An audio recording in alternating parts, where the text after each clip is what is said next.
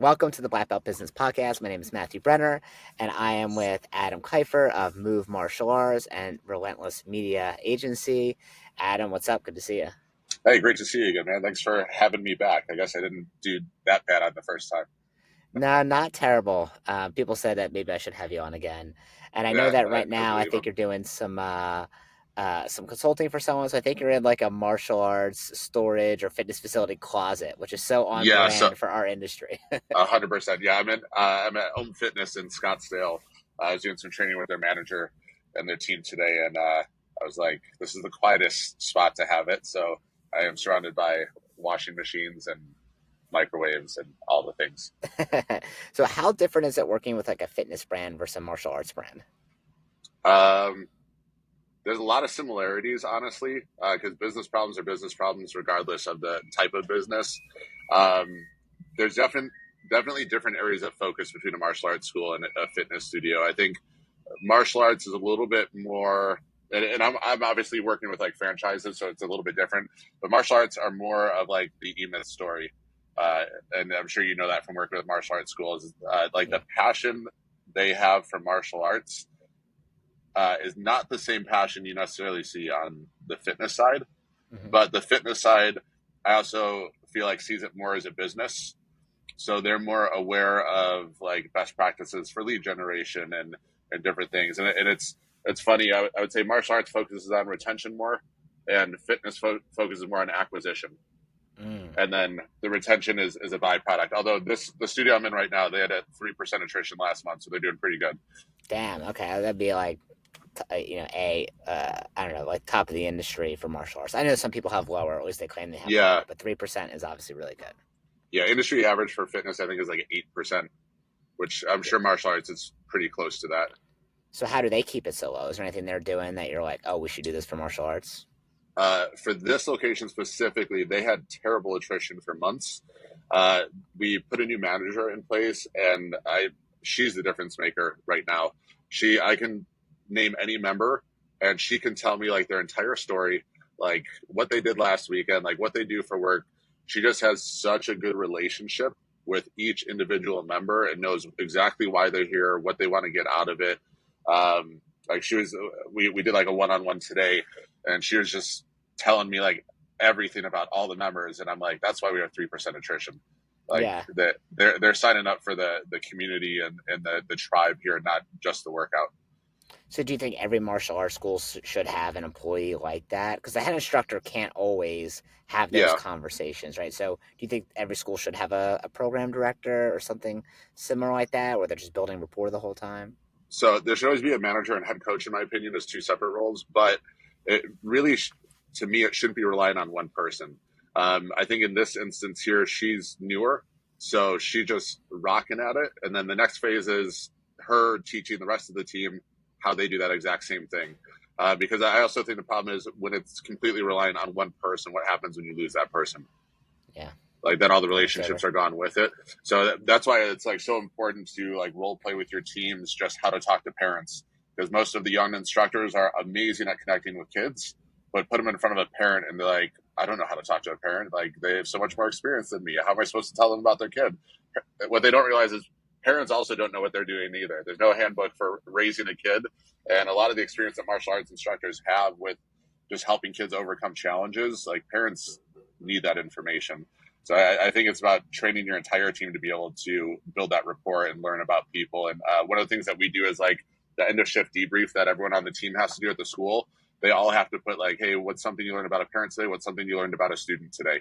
And then they tell the story in there. And the cool thing is the rest of the team sees that, so they get to know these people more just through the information they're getting.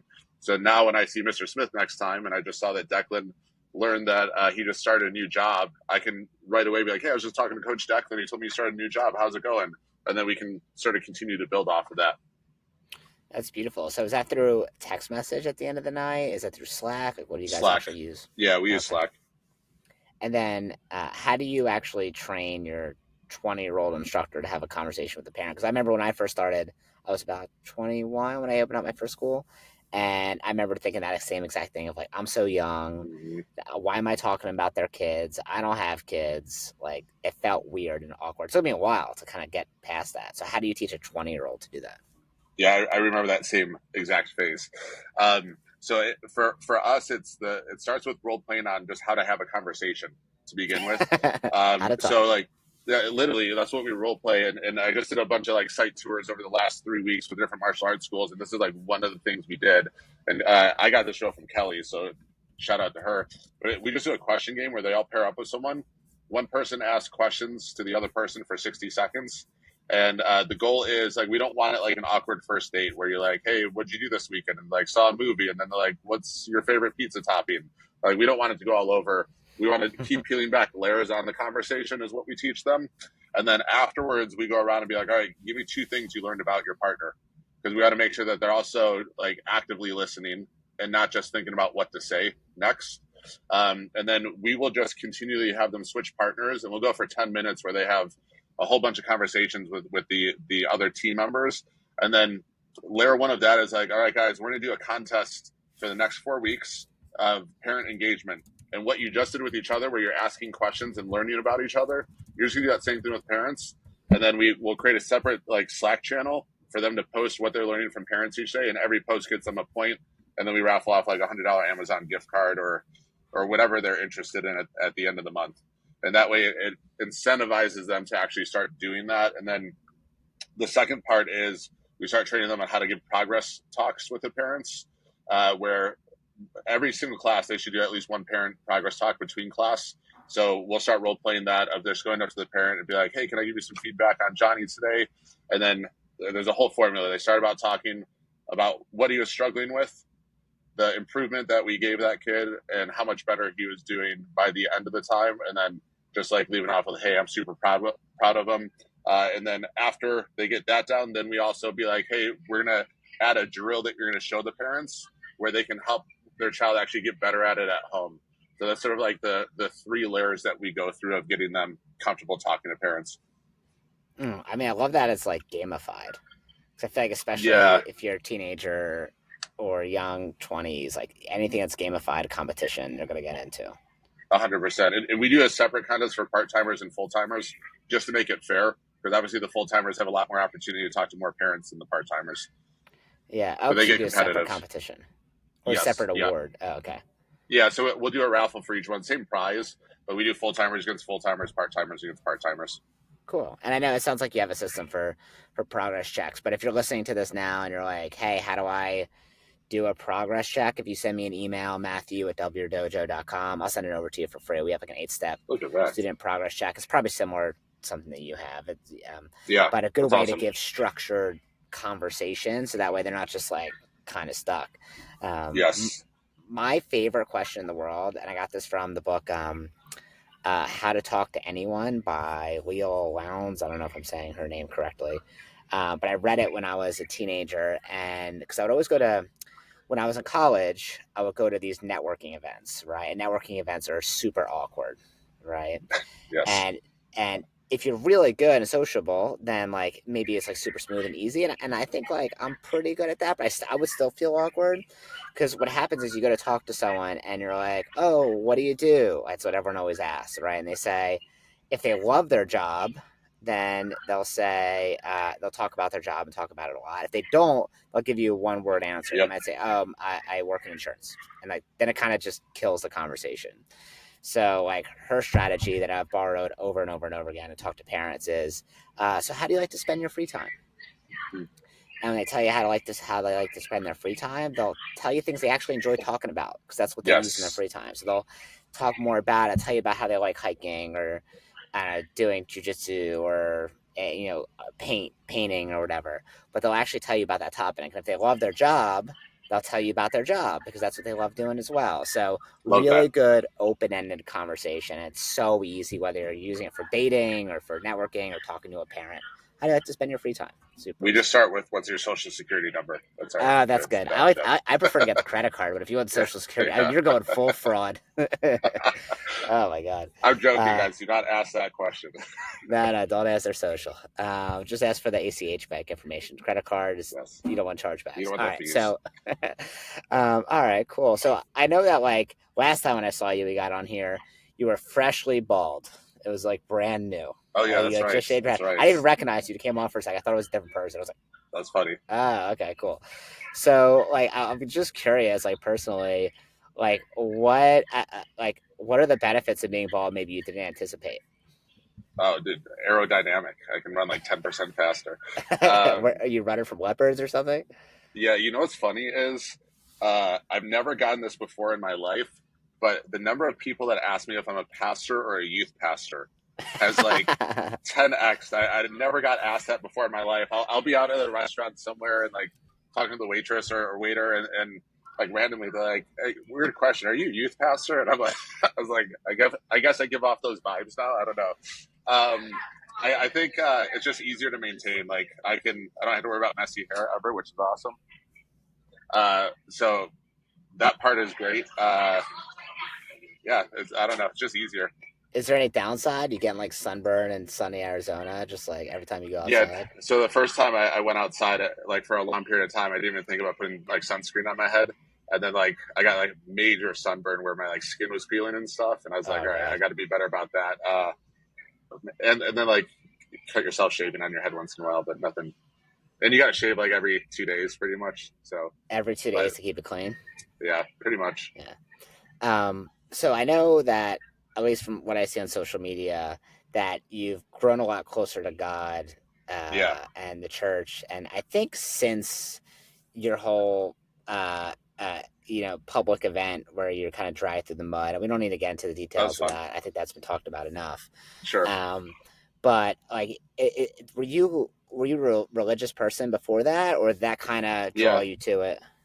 No, so my parents were not religious. My grandma, who I was super close with, was like the closest person I've ever seen to God. Like straight up conversations all day, and she would like say some stuff that would rock your world. Where you're just like, how did you know about that, or how did you know that happened? And I went to Christian school growing up, but uh, in my opinion, growing up, I was always just told you're supposed to read the Bible because it's what you're supposed to do, and that this is the right thing to do. Oops. She was like super religious in the sense that when like here's a great example when my wife and I decided we're going to move to New York to go work for I Love Kickboxing. We hadn't told anyone yet. Like literally, we're the only two people on the planet besides like Nick and Michael that knew we were moving. And we went to go tell my grandma. And as soon as we walk in the door, she goes, "Are you guys moving?" And I like looked at my wife. I'm like, "Did you tell her?" She goes, "No." And I'm like, "Grandma," I go, "How did you know that we were moving?" And she goes, "The Lord told me." And I was just like you get goosebumps, like, and that stuff would happen all the time with her. Like my tattoo, like the verse on my hand is Proverbs 3:5 because she used to tell me that verse like every time I'd see her. Um, so in that sense, like I had a relationship with God as far as what I was taught to do, which was pray and read the Bible because you're supposed to do it. But I think going through everything last year just made me have a more personalized relationship with God.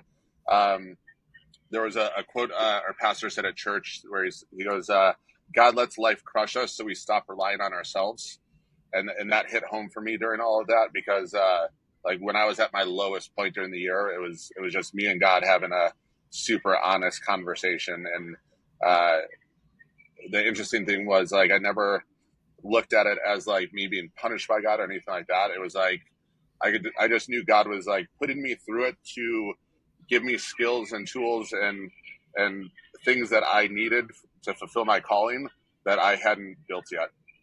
So it, in that sense, my personal relationship with God got way closer as a result because like when you're afraid of losing everything, like what else are you going to rely on? So does that bring you closer to your grandma when you're closer to God? Or does it make you feel a stronger connection? I think I always have felt a strong connection with her, like regardless. Like I lost my mom when I was 16, so she became like sort of the the woman motherly figure in my life after that. Yeah. So yeah, I was a grandma's boy pretty much my whole life. Okay. Is your grandma still with us or? No, she lived to 102 years old. Uh, Oh my God. Okay. yeah, she passed away Wow. about 6 years ago. Right when right around the time I was moving to Arizona, she had passed away. But like 102, can't That's complain. wild. Yeah, Bless her soul. Yeah. yeah, and she was So, smart like till her last day. Like was doing complex math and everything just for fun. wow. That's Yeah, cool. So, do you go to church every week, sort of thing, or yeah. how active are you in the church? So I don't like volunteer and stuff like I used to. Like when we were in Chicago, we ran a small group, my wife and I. We were active and all that stuff. But now we attend. Kelly goes with us every week to church, and uh, yeah, we sit there worship. I read the Bible every morning. Listen to usually Philip Anthony Mitchell in the car or Taylor's Deep End podcast. So it is like one of the like biggest pieces out of my day is working on that relationship. How do you feel like that impacts you as like a business owner? Like it's the clarity that you get from it is the only thing I can describe it as supernatural. But I think like I believe that you get discernment when you uh, grow closer with God and your relationship grows closer and someone like and what I believe it's the Holy Spirit that gives you discernment.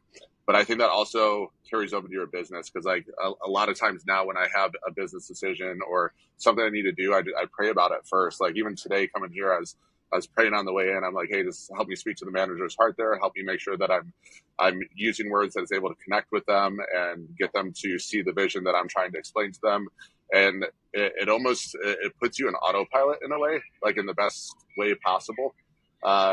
And then also like the times when like you come to a crossroads of this way or this way, it's just to me it just I don't know. There's something about it that just gives me the clarity that I didn't have as easily before. Like there's a So, spiritual sort of alignment that has happened within the business as well. so how does that actually affect your actions? Like you just walk in there and you feel more clear headed, or you feel like you perform better? Like how does that actually impact you? I feel like things come to me without having to have uh, preconceived thoughts about it as much. So like here's a great example that wasn't on the business side, but I made a post about everything I went through, like I don't know a few months ago, and I had all these people reaching out to me like telling me the craziest stories. And one of them was a former student of mine back in Chicago who reached out to me and said she just got out of an abusive marriage where her husband had been raping her for years and pretty much confining her to the house. And it was like one of like the hardest stories like I've ever read. I was like in tears reading it, and I remember sitting there and I was like, what do I say to this? Because like what she went through is so much worse than anything I've gone through. And I remember just praying to God, and then my like literally my hands just started typing, and some people are gonna be like, "This dude's crazy." My hands just started typing, and it like typed out this beautiful prayer like to her, and I just hit send, and that's sort of like what happens. I think sometimes on the business side of things, where it's like I pray about it, I go into the situation, and then it's just like autopilot, and it works out how it's supposed to work out. Um, I don't know the exact like mechanics behind it, but Yeah. it's just more the more I personally feel like I'm stepping into alignment with like God's calling for me, the more just easy it feels. Like I was talking to Kelly a couple weeks ago when we were out of town for a site visit, and I was like, I go for some reason running all three companies, and now I'm doing like franchise consulting a lot as well right now. Like all of that, even though I'm doing more than I've ever had at the same time, it just feels easier and just more seamless than it's ever been before. Wow, that's cool. So, like, because I grew up in a not religious family, but I went to religious school, so I had like Yep. two very different parts of my life. Like at home, I like we didn't like I'm Jewish, right? So like we had at home we didn't keep kosher. We watched TV on the Sabbath. Um, we didn't really keep much of the holidays, but at school I went to an Orthodox school, so everyone was super religious, right? Only ate at certain restaurants, wouldn't touch a light switch on the Sabbath, all that stuff. So I've kind of gotten both ends, and I spent an entire year living in Israel in like a religious Oh school in wow. between high school and college. Yeah, so which is like the epicenter of the world for religion, right? Yes. Christianity, Muslims, like everyone, right? So I've always gone back and forth in terms of whether I believe in God, whether I don't believe in Mm. God, how much religion is in my life. And it's just interesting to see someone who I've never seen speak about God or religion and then it being prominent. Like my little brother's a rabbi. He's an Orthodox Oh wow. rabbi. So like I'm like very much like, and a lot of people I grew up with and I'm still friends with are Orthodox because that's where I went to school. So it's just interesting to see someone go from not, or at least from the outside looking in, Yeah. not as religious to like, oh, now I'm talking about God Well, publicly. So that's you why know I ask what's about you know what's interesting is like for a majority of my life that I've been like doing like coaching and consulting, I felt God pulling me to like share more and tell my story. And I think I was just so worried about what other people were going to think or if I was going to lose clients because I started talking about it that I was just like not stepping in obedience and just pretty much wrestling with God on that constantly. And then I think part of like everything happening last year is I just stopped caring what other people thought. And like obviously people close to me, I still care about what they think, but I stopped doing things for other people and just started doing it for myself and what I wanted with my life. And that's when I was like, it almost gave myself permission to start talking about it.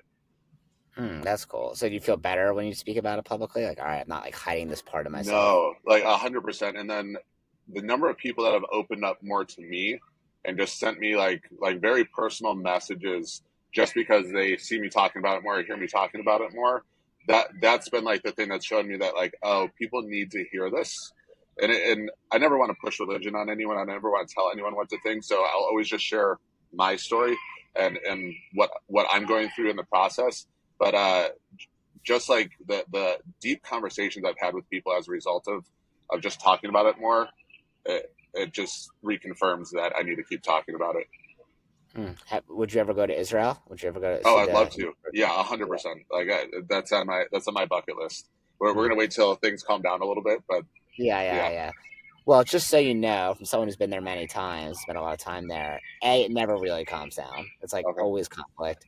And B, as a tourist who also looks like a pastor like you, the youth pastor, like nothing. I mean, could something happen? Sure, but something could probably more likely happen in New York or something. Okay.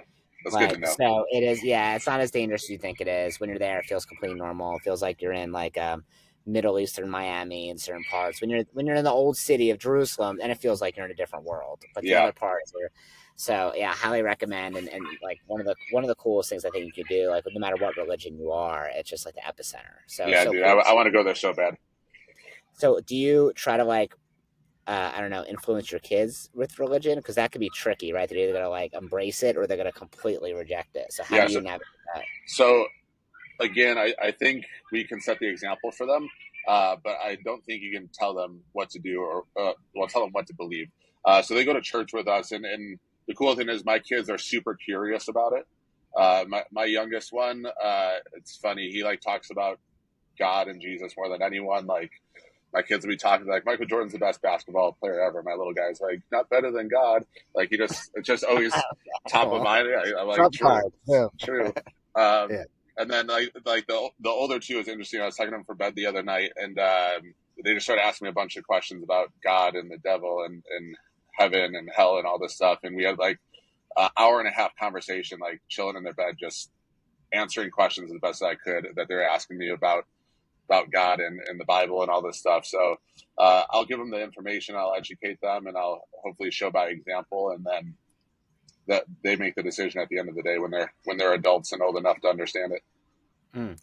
Do you have like religion also be a part of like guiding how you, I don't know, treat your relationship with your wife? Like, is that part of Yeah, your relationship? Is your connection to God? yeah, and I think more like religion to me is man-made, and I think the relationship with God is the thing that matters more than anything because being that religion on earth is run by humans, they're always going to mess it up. So when we put our, to me, when you put your faith in religion or put your faith like in the actual church, you're always going to be let down at some point. So I think that the relationship with God is more important, but absolutely, my wife is super faithful as well. She's like the moral compass of the family, 100%. But both of us like God first, each other second, and then the kids third, and we just sort of follow the principles of the Bible as best as we can. Obviously, we're flawed and make mistakes constantly, but Sure. yeah, we use that as sort of the North Star. Yeah, cool. It's beautiful. Hope you don't mind me going to that No, topic. no, I'm not at all, man. really I just think it's curious awesome. to hear about it Yeah. because I know like that's very divisive, right? Like, I mean, like, I get worried posting a Trump meme, right? Like, Sure. right, and like it's funny because like whether you support Trump or not, Trump memes are amazing content because he's like He's the insane most character. entertaining president. Like, regardless of what side you're on, it's still entertaining. Yeah, exactly. Total cartoon character. So Trump memes are amazing, but I always get nervous posting it. Then eventually, I'm like, I don't care. Whatever. People don't gonna unfollow me or lose me as a Yeah, client. But it's not gonna. But most people, I think, take it somewhat softly. But I feel like religion and politics are those two divisive areas. It's like, I do I agree. talk about it? Do I not? And I just think like the most important thing is regardless of what you believe, just love everyone regardless, yeah. and like it'll work out. Has there been a time where you didn't believe in God at all? I don't know if there's ever been a time I didn't believe in God. Have I doubted like that there's a God? Sure. Like I think that's pretty normal in anyone's like spiritual journey. There's been doubts. There's been arguments. There's like even as I read the Bible now, there's constant questions that pop up in my head where I'm like, well, like good example, Old Testament God, New Testament God, like split personalities. What's going on there? So it's just um, like those things. Here's the thing: ChatGPT has been awesome for that too. Like if I have a question, like I trained a theology channel in ChatGPT, and if I Mhm. have a question about the Bible or need more understanding, I'll just ask for ChatGPT's like explanation of it. Mm. Um, and that's helped a lot just on the like theological understanding of some of the things that I'm reading. But there's still like questions I have, and when you're trying to understand like an infinite being, like we're always going to have questions regardless. Yeah. Well, I'm glad you also believe that ChatGPT is God because I also believe in that as well. So I'm glad we're on the same page. I don't know if I'll say that, but it knows a lot. It definitely knows a lot. So, like, I know last time we talked about different like strategies we use for ChatGPT Yeah, or tricks. Is there anything new that you've been using besides the theology one for your business as we kind of transition yeah. out of that topic? You know what? One of the most powerful ones is if you have like a number two person in your business, whether it's like school owner, manager, business partner, whatever. So Kelly and I, in our own chat GPTs, we have separate ones. I put in mind to like, hey, based on everything you know, like describe me, and it did that. She did the same thing in hers, and we took each other's and pasted it into each other's chat GPTs. And then we started asking it like, hey, based on everything you know about Kelly, what is the best things? What are the things that we both need to do better to work better cohesively and reach the goals that we've set to ourselves? And the funny thing is, it like gave us this full out plan, which was awesome. And then based on that, I was like, create our meeting agenda based on this to make sure that we're always hitting the things that we need to each week when we meet to ensure that we're going in the right direction. So then we had to build out the meeting agenda based on that. And then we've even asked it questions like, I'm like, I had Kelly ask her GPT for her like 5 biggest weaknesses that's stopping her from being successful. I did the same thing with mine. And then I put hers into mine. And I was like, how do I better support Kelly in these 5 areas to make sure that she's not feeling stressed or overwhelmed and that I'm supporting her in the right way? And then it did such a good job. It was like, stop doing this, stop telling her this, start doing this. And for both of us, it like literally made us like on the same page within a few weeks. Like it's weird. We almost think each other's thoughts a lot of times now on the business side of things, just because of a lot of the insights we got just from going through that process in ChatGPT. That's really cool. Have you ever? And I'm sure you've done something like a Myers Briggs or Yeah, Enneagram yeah, sort of personality test. Like what I did for me is something similar. What you did is more comprehensive. I like that better. But I updated my Enneagram into ChatGPT. That way, it knows my style. So when it tells me things, it does it based on my style. And then, I mean, my writing style goes through my Enneagram. But a lot of time, but if you're listening, Enneagram is like a personality test. It probably costs $15, and you ENTJ. should. What'd you say? So I think about ENTJ. ENTJ, yeah. The Enneagram is a number. I'm like a 3 and an 8 or something like that. Okay, so you Yeah, did. yeah, Yeah, I think I did the 15 personalities one, maybe. yeah. There's a bunch of different ones, but Yeah. that's the one we've used. So if you haven't done it yet for your staff, you should do one of those personality Yep. tests. I think they work super well. And I even like save on my phone for like our teammates. Like I'll save like Danielle 3. Stefan 9. That way, when I go to talk to them, I'll ask ChatGPT, hey, this person's a 9. I want to say this. What's the best way for me to communicate that? And it's so on point and Yes. amazing. Like it's like silly not to use it. And it's super super powerful. So you should really know everyone's communication style, so you can just better communicate, right, with Yeah, I everyone. agree.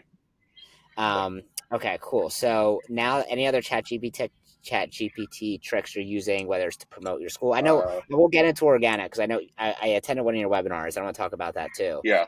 and Uh, we'll get into the organic side. But what about AI stuff? yeah, Manus I've been using a lot as well. I don't know if you use Manus AI yet. Uh-uh. That's pretty cool because it can create micro websites like insanely fast. Apps, it's still like a little far away from creating full fledged apps.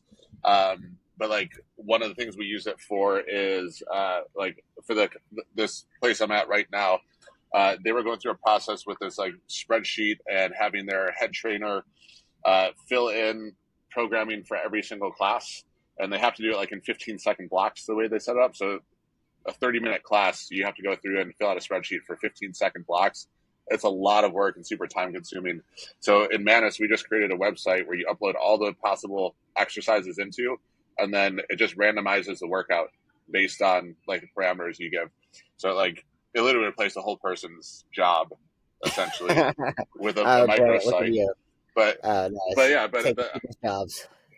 so I'm This is how it consulting for them, starts. saving them money, right? Um, but yeah, it was like that thing was pretty cool, and it didn't take long.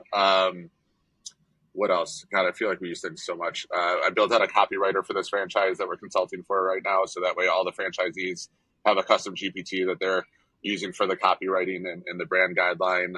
Um, How much stuff do you upload to ChatGPT to do that? Like, I'm always curious, like how much I should put in there. I usually copy and paste as much as I can until I don't feel like doing it anymore, but I never know what's actually enough. So what I've found is for consistency, creating it as a custom GPT instead of training the channel works better in a lot of ways. Like for my personal development stuff, theology stuff, I just have channels for those. But like we have like a GPT that builds out SOPs. We have a GPT that does like brand copywriting where it asks you a bunch of questions and you put it in. And we find that the consistency stays longer over time through the custom GPT as opposed to like just building it in a channel. Because I'm sure you've seen it as well with like channels where like you get to a certain point and then they start like veering off course and you're like whoa, like I don't want you going that way. I want you to come back and focus on this. So that's been big. I think I talked to you about you last time.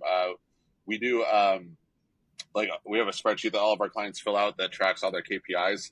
So like we'll load it into the GPT and like I had it create a whole spreadsheet based on our clients' spreadsheets that gave us like the total ROI based on what they paid into the mastermind and what they've gotten out of it. Because I was like, let's make sure we're actually like what we're doing is working. so, so Sure. so like we upload all that and it gave us ROI. Any financial like analysis and stuff. Like I still have a financial advisor. I still have our CPA I talk to, but like I'll throw it in ChatGPT first just to be like, what angles am I missing and what holes am I missing in it, which is great. And then I'll also use it. Man, I use it for probably copywriting more than anything. Like I was at a Russell Brunson seminar last month, and I literally took my notes from the seminar, threw it in a new channel, and I was like, I want you to rewrite our landing page based on all the rules that Russell Brunson talked about in these notes, and then it came up with like this amazing copy. Um, the other one, I'm almost done writing a book right now, so I actually used it. I was like, hey, I want you to act as a ghostwriter. And I want you to ask me, I go, here's all the chapters. I want you to ask me 20 questions per chapter that a ghostwriter would ask someone that's doing a book so that I can help organize my thoughts all in one place. And then it would ask me, I'd just talk into it while I was driving. And then it would start organizing all of that for me. Now, obviously, I'm still writing the book. I'm not having ChatGPT write it for me. But as far as just like getting my thoughts uh, in sort of a sequence that actually made sense, it was awesome for that. Yeah, and I think there's so many creative ways to use it, and that's all. Whenever I hear another creative way like that, I'm like, oh, that's so smart. Like, why didn't I think of that? Yeah. Is there a certain person you follow? Is there a certain person you follow that, or I don't know, newsletter or something to stay on top of AI news or updates? Because I feel like overwhelmed a lot of times, and no matter how up to date I feel like I am on it, it doesn't matter. The next day, it's Yeah. So honestly, more than that, it's usually like face to face conversations with people where we just start talking about how we're using it. That gets us like new things. Like Mike RC is a good friend of mine, and him and I get dinner once a month. And I'd say half of our dinner is talking about how we use ChatGPT and new things okay. we're trying out with AI and seeing people doing.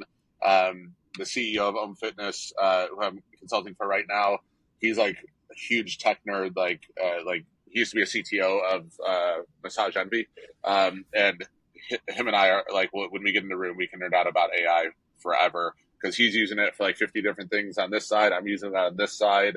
So we're always just like teaching each other new things that we're doing with it.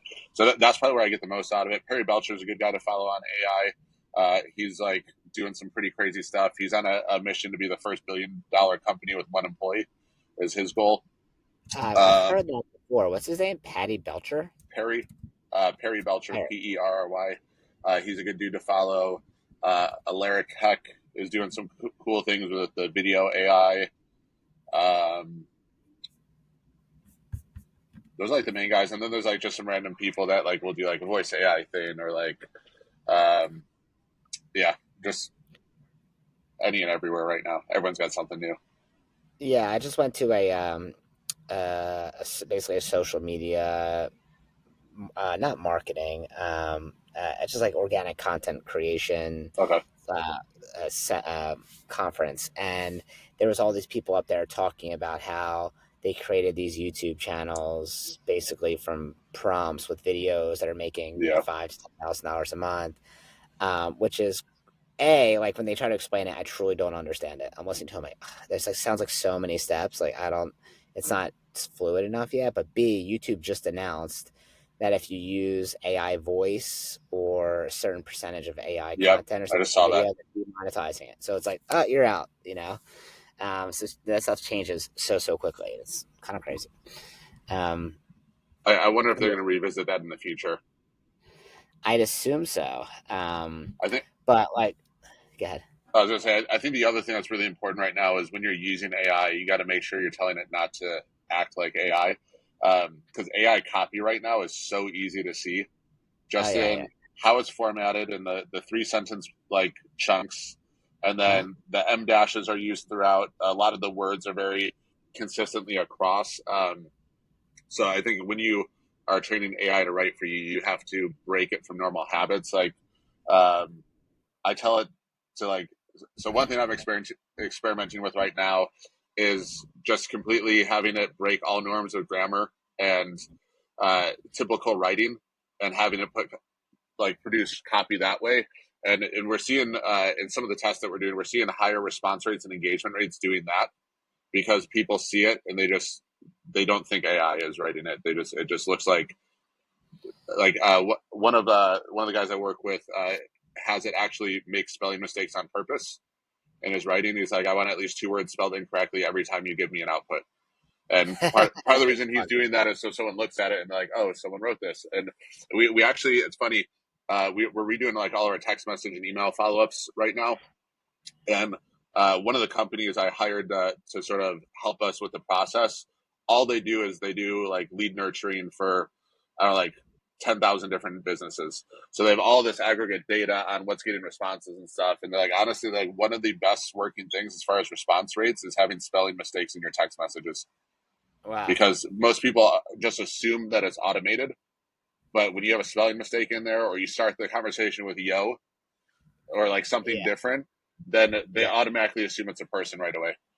Not a hey with a waving hand. Yes, Hey, which blah everyone blah blah does. here from blah blah blah martial arts school. 100%. Uh, I don't know about you, but whenever I start to read something, I mean, obviously I use ChatGPT a ton. Whenever I write a newsletter, which I do it 3 days a week, I first type out a giant block of information, and then I have ChatGPT Yep. like format it, so it's nice. But I'm always writing. I never say write this because it always comes out bad, poorly.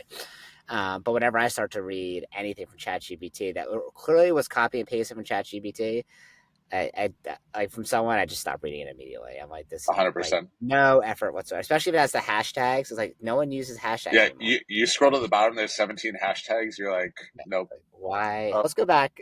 transition to the organic side. I mean, that's why people come to me, obviously. Yeah, you're a rock For star at that.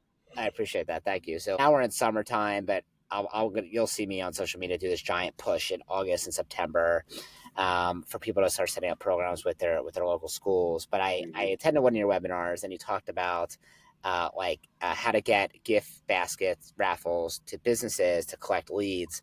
And I remember when I first started, the way you got leads from a business was you got the little boxes The where they lead put their name. boxes, the Jimmy Mac lead box. Yeah, and then they would put like half of them would say "Go f your mother" on them, like they Yeah, that would fill or them like out right. Like there'd be like a drawing of penis the written on penis or there. something. Yeah, Yeah, yep, exactly.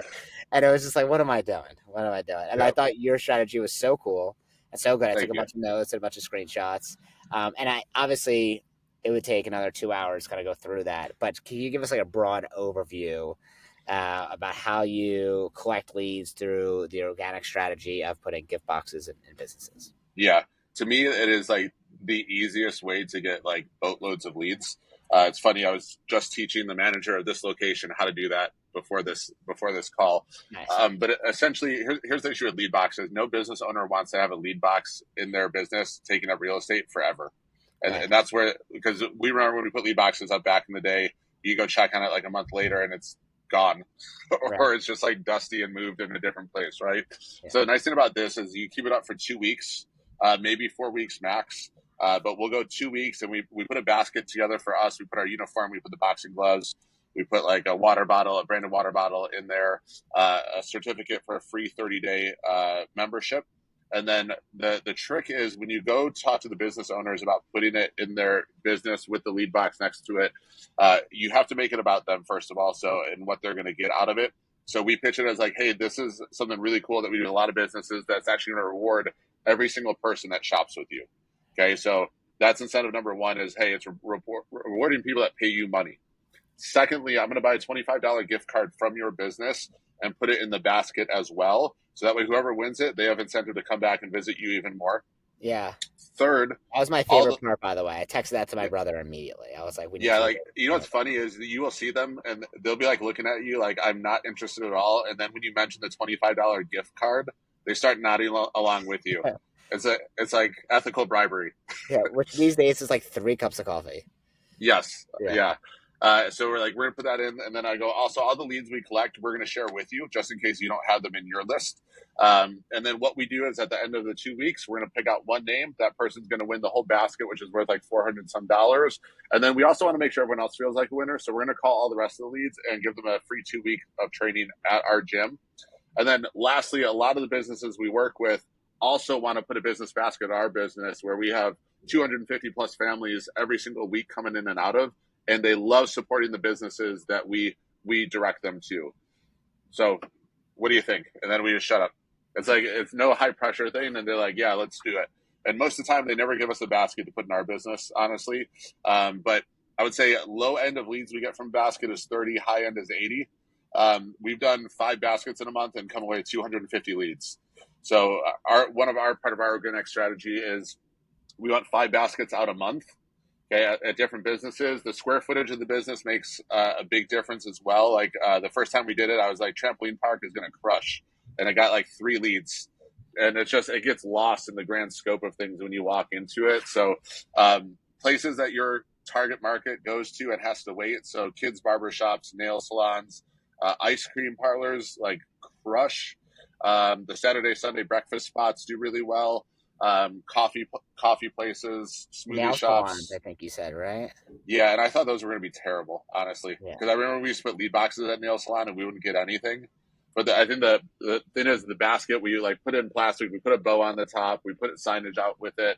Like it just stands out so much that I think it draws more attention than a crusty lead box. And it's a QR code you have there, or they actually have a little piece of No, paper? so we tested the QR code method. It did not work as well. We got about a third of the leads from it. And I think the reason is people scan it and they're like, oh, I'll just fill it out later. And then they never fill it out because life happens. Where the lead box almost creates urgency of them having to fill out name, email, phone number right there. Yeah, I tell the school owners I work with the same exact thing with collecting waivers from schools or daycares and stuff like Yep, that. Like, listen, in a perfect world, it'd be QR code. I'm much rather 100%. do that. I don't want to freaking transcribe, right? But or figure out that's a 0 or an O or Yep. uh, but you'll just get more of them back. So I'd rather have that, rather have the higher volume. Yeah, I Um, agree. and what do you actually offer the leads when they come through? What's your offer? We do a free 2 weeks. Free Okay, 2 weeks and a cool. T-shirt is what we offer. Yeah. And then do you try to enroll them in the first lesson or the first time they come Yeah. in? Yeah. So we have the same sales system regardless of like what offer they come in on. It's always a first day enrollment, and then we have a 3 times, 2 time, and 1 time per week. And then when they enroll that day, we have unlimited 2 times, 1 time per week.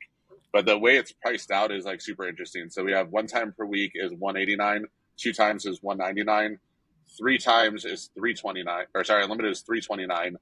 But when they enroll today, we give them the unlimited at the 2 time per week price, which Okay, cool.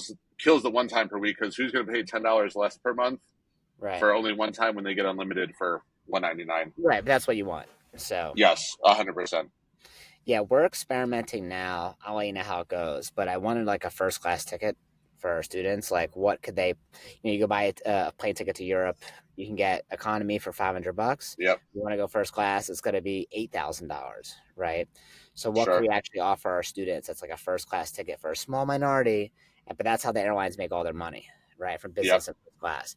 So we just created it. It's like I think it's like $850 a month or maybe $900 a month. We're starting it. I think we're launching the second week of September, first week of September, Nice. offering only to a couple It's just students. like, is it just like all inclusive? You get everything. Yeah, all inclusive, you get everything, and like I'm sure we'll change things over time. But the things we have right now is like you get the first row in every single class. Um, you get like a special premium uniform. We're just buying like the nicest uniform we can find, like from Yeah. Century. They get anytime we get new merch, they get it. Any events they get for free. So any new merch, they just get it there like right away. They get a private lesson once a month. They get a group private lesson once a month. And then they can test for their black belt. I think it's like 6 months faster or something, or 9 months faster Okay. because they're doubling up on their curriculum in those private lessons. Got it. That makes Um, sense. so yeah, like we'll see how it goes, but our goal is to like only have like 6 or 8 people do it, and we'll invite just specific people, and have them apply to be a part of it. And once they apply, then we'll go over like the pricing and stuff like that. Sure. But I think in the future, if it goes well, we'll offer it to people in the beginning, just so we have a high end option to make everything else Yeah. look kind of like how you have it, right? No, that makes Uh, sense.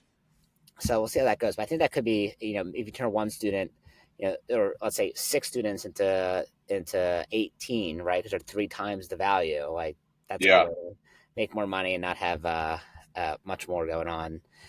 So I want to ask you some rapid fire questions, Let's go. and we'll kind of go through quick, but you don't have to answer right away. You can take a couple seconds to think, and then you'll answer them. Cool. Sounds good. So who would be on your martial arts Mount Rushmore? Ooh. So 4 people. Yes. Yeah, 4 people. God, that's a good question. Besides me. Are we talking business or just martial No, no, no, no. artists? Martial arts business. It could be Like anyone, all of martial it? arts field. Yeah, you can't Got say it. like Tony Robbins or something. Of like, so, you know what's crazy is there's like a lot of people that have influenced the business side of the industry in a good way, but are horrible people. So I'm like on the business side, I would put that person on, but as like character, I would not put them on. That's not Yeah, ever okay. Dave Kovar is absolutely up there for me. 100%. I would not have been a martial arts instructor if it wasn't for seeing him teach a seminar for the Yeah. first time. So Dave Kovar is on there for sure. I would put God. Uh, Make me think super hard. This is not rapid fire at all. Nah. Let's see. I would put.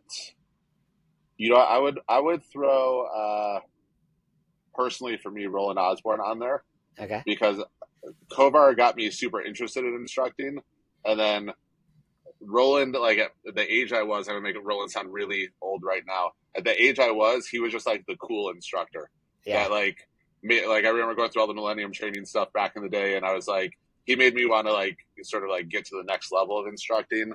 Mine, I'm also probably going to put Mike Chat on there Okay. because Mike Chat was the first person I ever saw like do sport karate, and Uh-huh. I probably would have stopped martial arts if I didn't start doing like tricking and sport karate when I was younger.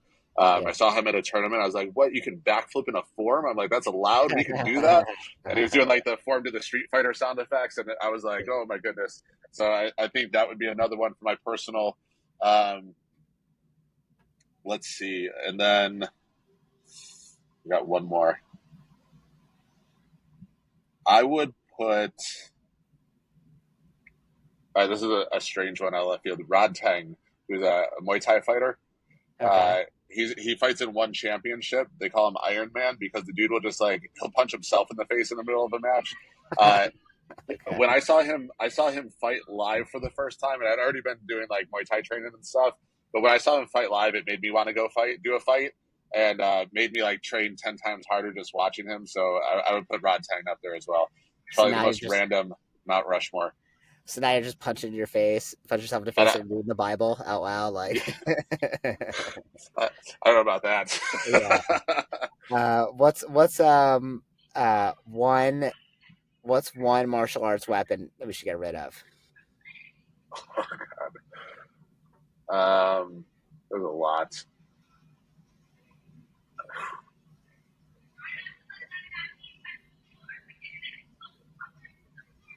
Commas. And I used to Commas? compete Really? They're commas. so cool. I used to love competing commas, but like as far as like where are you gonna find a comma nowadays? Where Yeah. where like someone's Okay. attacking you, you're like, got it, ready to go. Yeah, That's but then, that's the only reason though. That's like yeah, okay, that's I fair. compete with commas. I used to like doing all the tricks with them and stuff, but So you're probably saying, comma. Tom, yeah, Tomfins are a little outdated now too, though. Yeah, yeah, I would say Tonfas, or but size. Where are you finding a size? that's true. But it's like at least it's like a bent piece of metal. Maybe you find that on the side of the street somewhere. I feel like nunchuck you'll never find anywhere. Yeah, but like a belt, you can sort of use like a nunchuck. Okay, okay, But I hear that. yeah, I hear that. What's one style of martial arts that you would not want to train in? Tai Chi. Tai Chi. Okay, too Like slow. Or? nothing against. Yeah, it just like I feel like I fall asleep easy as it is. Like put a movie on and I'm out. You have me like move that slow for that long. I'm probably and also my ADD is gonna kick in. I'm like let me Hmm. punch something. Hmm. If you had like a magic wand and like when you had a client in front of you, let's a martial arts school, if you could like wave that magic wand and get them to understand like one concept, what would that one concept be? You are the success of your business. So like it to me, if you don't have personal alignment, like business alignment is really hard to have. And most business problems are personal problems that creep into your business anyway. So I think for them to understand that, like, hey, I need to make sure I have my ducks in a row. I'm working on my own growth. I'm doing my morning routine, my anchor habits, all this stuff. All of that is going to carry over into the business by default. And when your team sees you constantly working on yourself and constantly pushing yourself to grow, it just inspires them to want to do the same. Good answer. Um, you've obviously had certain partnerships not work out, right? Yeah, So, what's one red flag you look for going forward in a business partnership? red flag. Ooh, well, character is a giant red flag. If their values don't align with my values, or we have like completely different sets of values, that's always going to be a problem down the road because there's going to come some decision where they're going to choose, like, all right, it, money is not the number one thing for me. Like making an impact is the number one thing for me. So if I have to choose something that is going to make a ton of money, but the result is worse experience, less impact, or I can make a little less money, provide a better experience, and have a greater impact or greater reach, like I'm always going to go with that. Um, where if their values are totally aligned with money, that's not always going to be the best decisions like for the company. Yes, we always keep the eye on profit all the time, but like there's just some decisions that profit is a byproduct of you just doing the right thing. Mm. So I Okay, think cool. that also if they don't want to agree to put in an exit clause in the partnership, that's a red flag too. Okay, do you feel the same way about prenups? No, that's different. No, Like, different. Okay. yeah, like I know if I don't have my wife, I'm screwed anyway. So I'm like, Well, it's too late for that anyway. But I'm just just yeah, curious. yeah, yeah. Anyway, No. so how do you structure an exit clause? How does that work? Well, you both agree on it, but like, so my last business partner, I had one, and it was, hey, when it comes time for us to part ways, we're gonna both agree on a third party evaluator to use, and then whatever that evaluator comes back with is what we go with. Like regardless if they come back, unless we both disagree with it, but if they come back and one of us agrees with it, we have to go with it. Mm. So and that worked out super easy for splitting up the last partnership I had. It's like then there's no pressure on me or the other person.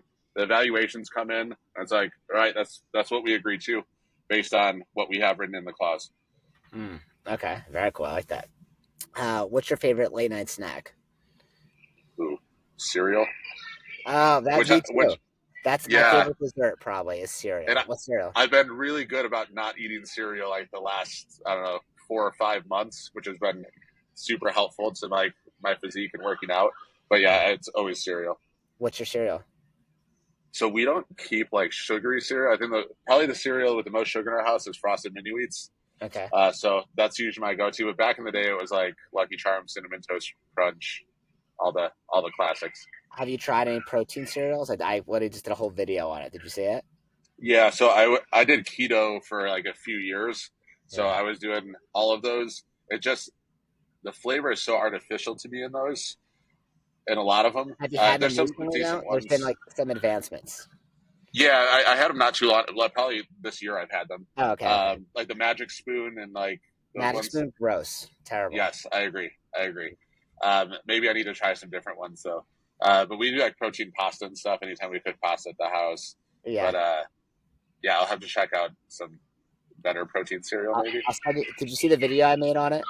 No, I'll send it to you. But I yeah, basically send it to me. I bought every one you could buy in the market and tested them all to see which one I All because I right, love I'm in. cereal too, and I was like, okay, well, Same. what's a little less guilty I could have at night. What would be your walkout song if you were a UFC fighter? So it would change because I walked out to a Puff Daddy and Biggie song, and Okay, that you was can't do before that all the now. stuff with Diddy happened. I Yeah. walked out to Victory, which is like a super hype song. Um, Now, if I walked out to a song for a fight, it would be "Lethal Industry" by Tiesto. That's what Patty Pimblett walks out to. That Okay. song, that Nice. song is amazing. Do you still watch? Do you watch a lot of UFC? Yeah, I watch a majority of them. Randy, who's my striking coach, is like Jared Cannonier's striking coach, and Mario Batista, and he's got a ton of up and comers right now. So I'm always watching and just cheering on the guys that are training at the same gym. See, you're lucky because you're West Coast, so it goes on at somewhat a normal time. I can't watch it Yes, anymore. I stopped because I can't stay up yeah. late. It's When I too was hard. East Coast, we would fall asleep before the last fight usually. Yeah, if it's East Coast, it's like it doesn't even go on the main fight till like at least 11:30 midnight, and Yeah, I I agree. literally can't stay up. Well, thank you for coming on here. I know we had a Yeah, lot of man. different topics today, so many No, different we were things. all over the place. It was great though. Yeah, thank you so much for being on here. If someone wants to reach out to you about maybe they have a fitness franchise or maybe they're interested in ad management or consulting or whatever, how they find you. Yeah, it's every social platform. It's the same. It's Adam Kifer. Last name is Kif as in Frank Er. Just reach out to me. I'm happy to have a conversation. And he wants you to follow him on TikTok because he's trying to grow his TikTok. All right. Yes, So I am trying. I his feel like TikTok. I'm starting to crack through a little bit, but it's been a process. Yeah. Thank you for listening. My name is Matthew Brenner. You can find me at wdojo.com or on Instagram at blackbeltbrenner1 or Matthew Brenner on Facebook. Thank you guys for listening. Bye, guys. Thanks.